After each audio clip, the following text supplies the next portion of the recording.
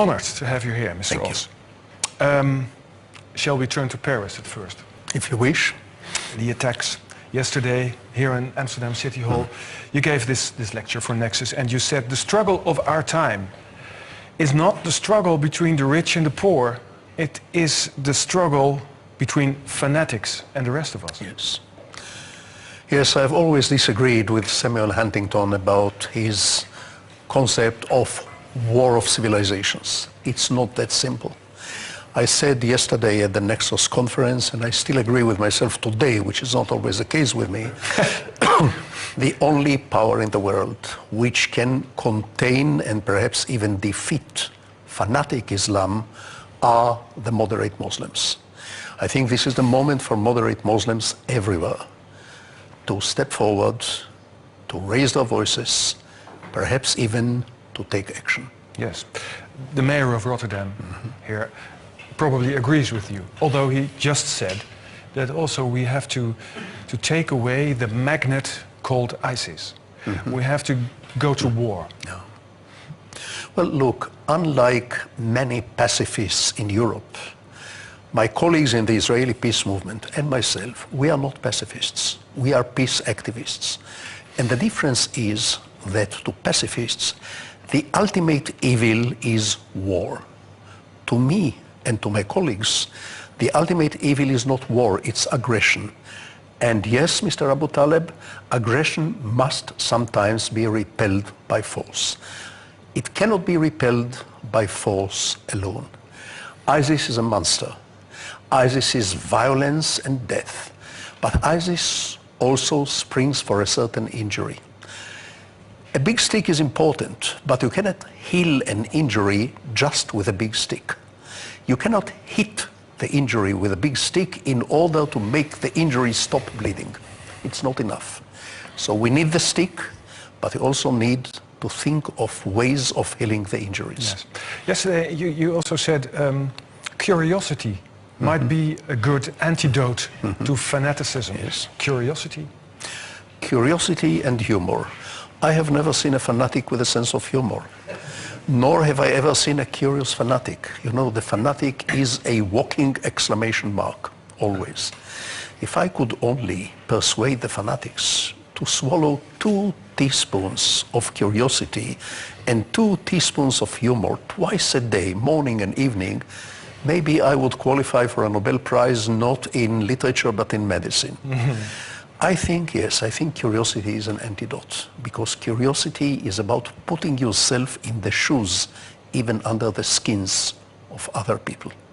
Not in order to identify with them, just in order to imagine. And if you imagine being the other, you would not be that quick to kill him, along with his neighbors, just because you think he has the wrong ideas or she has the wrong ideas. The same applies to humor. People with a sense of humor also develop a certain sense of relativism. Things may look this way, but they may look differently. So humor and curiosity, I believe, are antidotes to fanaticism. Yes, still there at this moment especially, there is a lot of bitterness about the casualties in Paris, about 352 people wounded. Yes. Is this, would you dare saying this to the families or the friends of the victims? Is this something? I've been saying the same to victims of terrorism in Israel for decades. Yes, we need the big stick, but no, the big stick is not enough. We need to think of ways of healing the injury. Yes, because where I want to go is this. You said many times about terrorist organizations, for instance Hamas. You said you cannot, Hamas, you said, is an idea. It's a desperate and fanatical idea that grew out of desolation and frustration. That's what you said. And you cannot defeat an idea with force. How can you? Well, correction. You cannot defeat an idea with force alone. No. I don't rule out force. I don't object the usage of force to repel aggression. But you need more than just force. I've been thinking last night about a relative small Arab Muslim country in North Africa, Tunisia. I was thinking of Tunisia because this is probably the only Arab country where the moderates and the pragmatics won in free elections and defeated the religious fanatics. Tunisia should have become the showcase to the rest of the Arab and Islamic world. It should become the envy of the neighborhood. And things could be done about it by peace-loving people, by people who want not only to use the stick, but also to offer an alternative dream to desperate people. And alternative dreams are very, very important as a cure to desperate people. The alternative dream is maybe the better idea. Indeed. That can replace... Indeed. And this would be the recipe, you say, along with force, for the battle against ISIS. That's what I believe in, yes. Let's turn to Europe for a short period, because you mentioned in your lecture your love-hate feeling towards Europe. You said, in fact, that both Jews and Arabs are, in a way, victims of Europe. How did you mean this? In two different ways. The Arabs have been the victims of Europe through colonialism, imperialism, oppression, exploitation, and humiliation. The Jews were victimized by Europe for thousands of years through persecution, discrimination, humiliation, pogroms, finally the worst genocide in history. Now, many people think that two victims, especially two victims of the same oppressor, they become brothers, they march together to the barricades, hugging one another. In real life, some of the worst conflicts are precisely the conflicts between two victims of the same oppressor, two children of the same violent parent. They don't love one another. They look at each other and they say, "You are exactly like him." No, you are exactly like him. Jews and Arabs, they often look at each other and they see the worst sides of Europe. To many Arabs, Israel is a reincarnation of a condescending, sophisticated, cynical European colonialism. They fail to see Israelis as what we really are, a bunch of half-hysterical refugees and survivors. Half-hysterical? Half-hysterical refugees and survivors from Europe and from the Arab countries, mind you, not only from Europe. But that's what we really are. So what you're saying... Below the bravado, the Israeli bravado, yes, we are half-hysterical refugees and survivors terrified to death. We fail to see the Arabs as what they are, fellow victims. We often see them, we Israelis often see the Arabs as Nazis and pogrom makers who wore kafirs, but they are in the same old game of cutting Jewish throats for entertainment. Each of the parties to this tragic conflict look at the other and see the image of the past oppressors. This is a tragedy and a comedy, and tragedy and comedies are really two different windows to look at the same landscapes. They are not two different planets. Yeah. Let's turn to your book, because there are so many parallels with the actual situation and your novel. It's about ideology, it's about standing together, it's about betrayal, of course, Judas. Let me first say, it's situated in Jerusalem in 1959. That's 11 years after the foundation of Israel. And one very interesting character in your book is a dead character. He's called Shealtiel Abravanel. And he was a Jewish leader in the entourage of David Ben-Gurion, the founder of Israel. And he dared to disagree with David Ben-Gurion. And he ended up, was regarded as being a traitor. Yes. Now, I have to give you an advance warning. Judas is not a manifesto, it's a novel. I know. It will be a mistake to turn to me and ask me, are you really standing behind this character Abravanel, or behind Ben-Gurion, or behind any of the characters? You never approach a composer of a musical piece, let's say string quartet, and ask him, Mr. Composer, are you really behind the violin, or perhaps you identify with the cello? Yes. I am behind every one of them. And they contradict each other. Right. And I join the different perspectives with the same equal degree of zeal, enthusiasm, and irony. Luckily, I didn't ask you if you agreed with him. Good. But I said he's an interesting character, this Abravanel, because he disagreed in the early days of the Jewish state, and he said, violence is not the way. And David Ben-Gurion, the founder, the legendary person, politician in Israel, he did want to go that way. Why did you introduce this character, Abrabanel? What was your purpose? The purpose in introducing Abrabanel and the purpose in introducing the ultimate historical traitor, Judas, is my everlasting fascination with the road not taken. The road which had not been taken in history. Now, Abrabanel suggests that we will all be better off in a world without nation states. He's not only against a Jewish state, he's against the very idea of nation states. Let there prosper thousand civilizations, cultures, traditions, no borders, no borderlines. It's a powerful idea. It's very attractive. But he gets a fierce answer from another antagonist in the novel who says to him, yes, wonderful. No walls, no bars, no locks on the doors. But why should we, the Jews, once again be the first ones in the world? We Jews have given a one-man show or a one-people show of a people without army, without defense, and the audience didn't like the show at all. Very often the audience simply slaughtered and butchered the actor of the one-man show.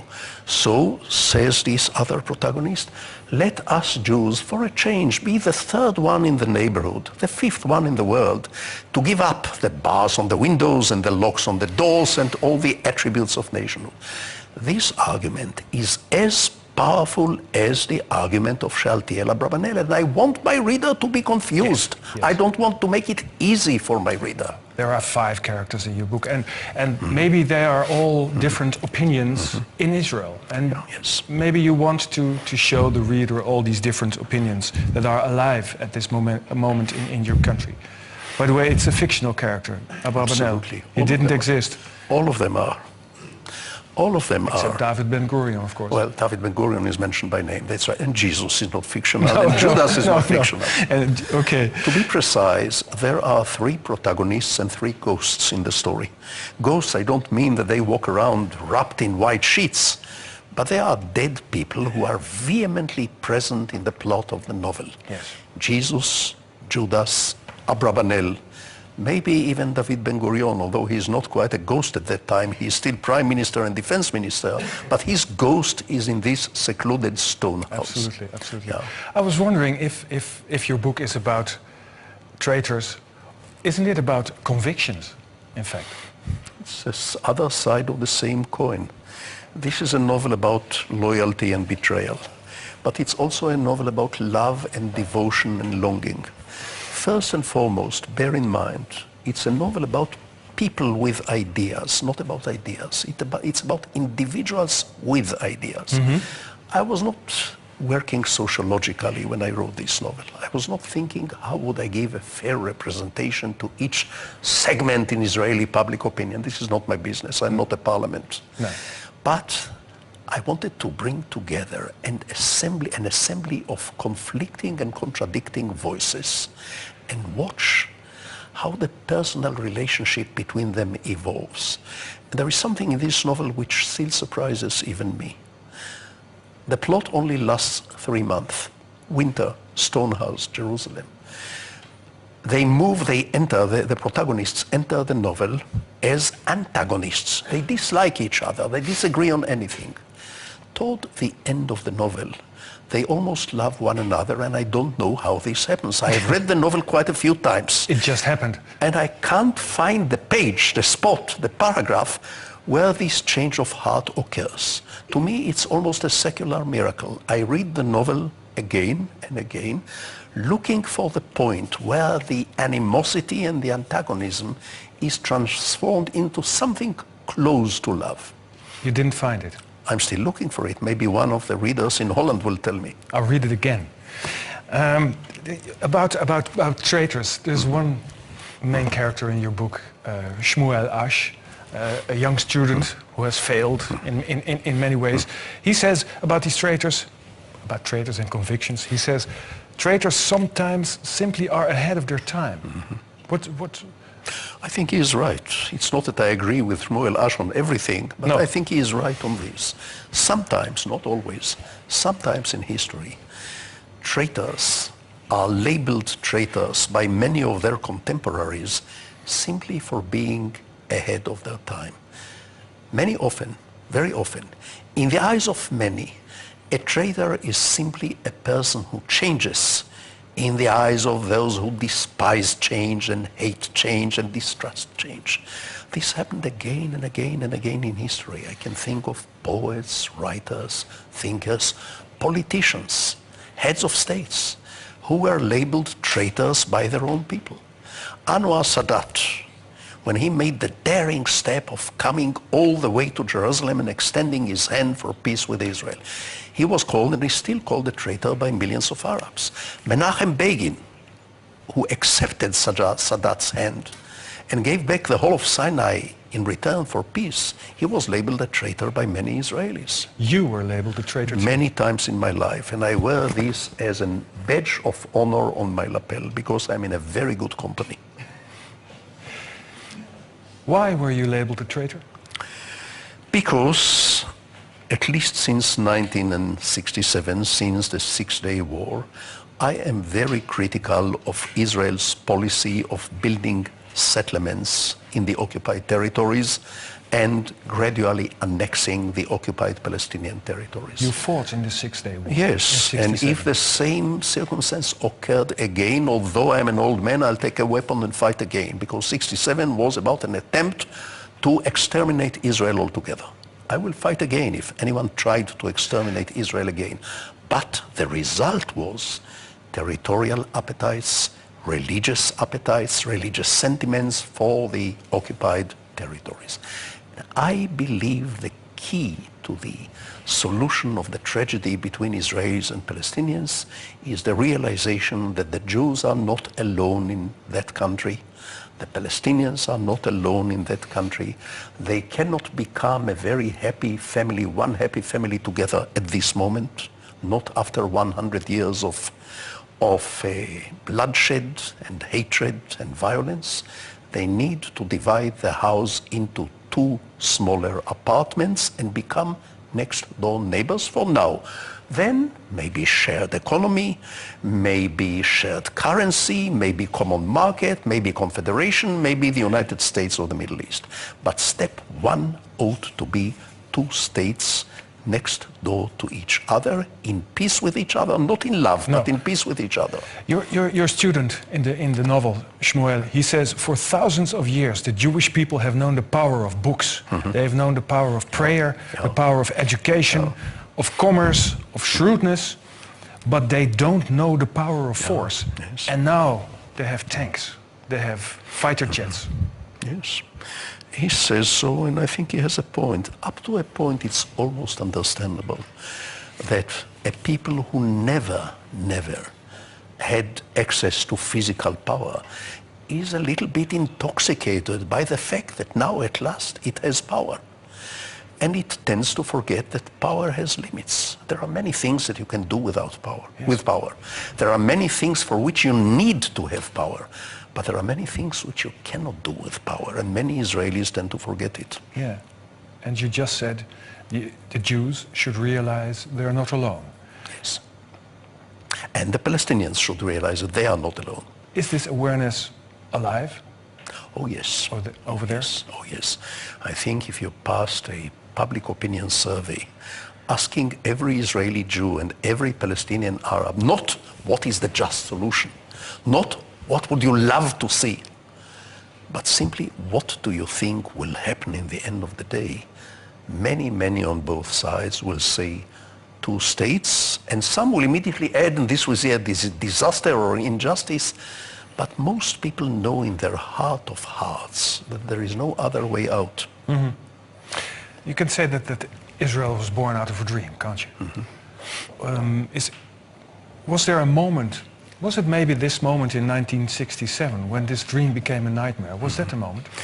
No, I don't think the whole dream became a nightmare. It simply turned out like many dreams, that when a dream is fulfilled, it's slightly disappointing. This is true of every dream. The only way to keep a dream rosy and marvelous and dreamlike is never to leave it out.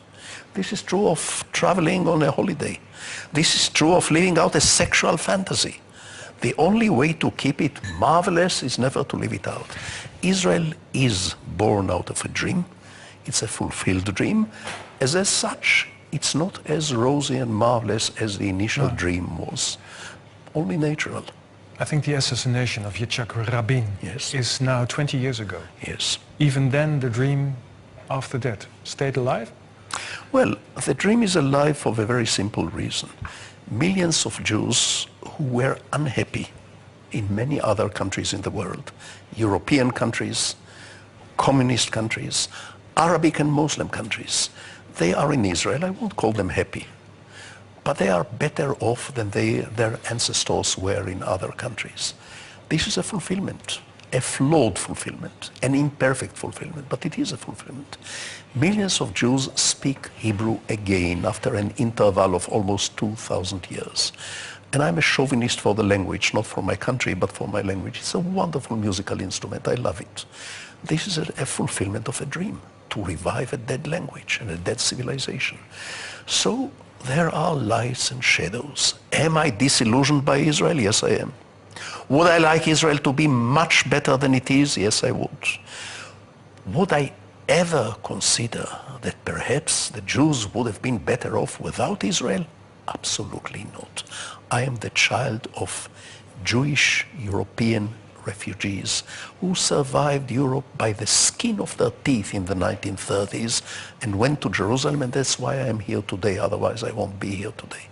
So I would never say that, never is a big word. Now, I will not say that Israel was a mistake. I would say that Israel could have been much better than it is. I'm glad you were here today. Thank you. Thank you, Mr. Amos. Thank you for having me. Thank you very much. Thank you.